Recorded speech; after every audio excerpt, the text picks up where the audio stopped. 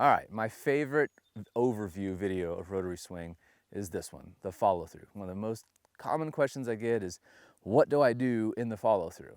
And how come there's not very many follow through videos on the site? Well, because it doesn't matter. It's a diagnostic tool that's going to help us determine kind of what you did earlier in the swing and what you did in the downswing. If we see you go to the follow through and you've got a lot of weight on your right foot and the shoe is bent and you got a big crease in your toe box or your shoe down here, well, we know you didn't transfer your weight.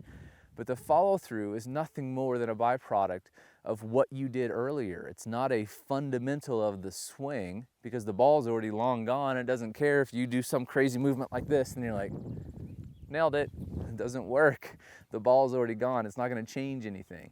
So what you use the follow through for is diagnostically looking at key little pieces of the swing to see what you did earlier in the swing. And as I mentioned, one of the biggest ones is we look at weight transfer. When we look at your foot being back like this and we see you hanging back on your right side, well, we know that you didn't shift your weight in the downswing and your force of movement had to come from somewhere. You didn't go to the top of your swing and just stop and relax, right? That doesn't work.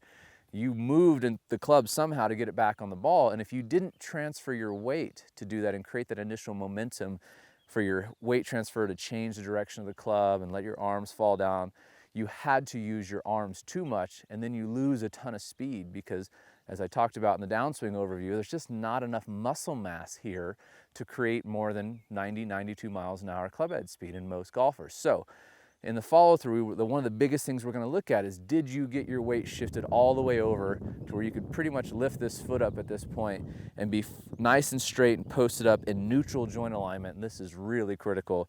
And we talk a lot about this on the other videos. You'll see that I want to make sure that my hip is stacked right over my ankle in neutral. This is the safest place for your hip to be in and the most powerful place. When you start doing this kind of stuff or your knees bent, we start seeing all kinds of injury potential. And we want to make sure that you never get injured playing golf, that all of these injuries are preventable. So that's the big thing that we're going to look for in the follow through. And the last thing is we want to see that your body isn't twisted around like this. If your shoulders are ripped all the way around, we know that you really pushed hard from this trailing side. And again, look at the push versus pull videos on the site. They're going to go into all of these different little concepts about the physics of the swing. So when you see somebody ripped way around like this, they pushed really hard, and that's always going to create a lot of centrifugal force in the swing that's going to make the club want to throw away. So big things you're going to look through in the follow through is we want to see a big weight transfer. We want to make sure that you're really stacked over on this lead leg. We want to see your chest basically facing the target, and the same thing with your belt buckle. We want to see way too much rotation. It's way too hard on your spine and it's inefficient. You don't need it. And then the club, your arms and hands and shoulders should be nice and relaxed in the follow through. There's not a lot to worry about here. So the big thing is weight shift, weight shift, weight shift. It's the whole crux for the golf swing for most amateurs because their force of movement is so hard from the top with their arms, hands, and shoulders to try and get the club back to the ball that it creates this force going this way, and it makes it hard for you to shift your weight.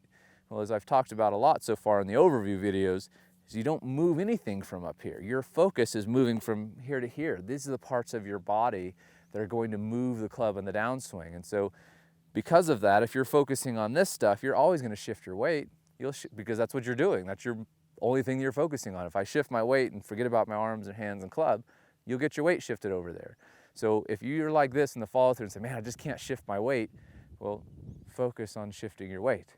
Stop worrying about the club and the arms and the hands and hitting the ball, and focus on your core movements of shifting your weight over and rotating your hips. And all of a sudden, you'll be in a perfect tour quality follow through every time.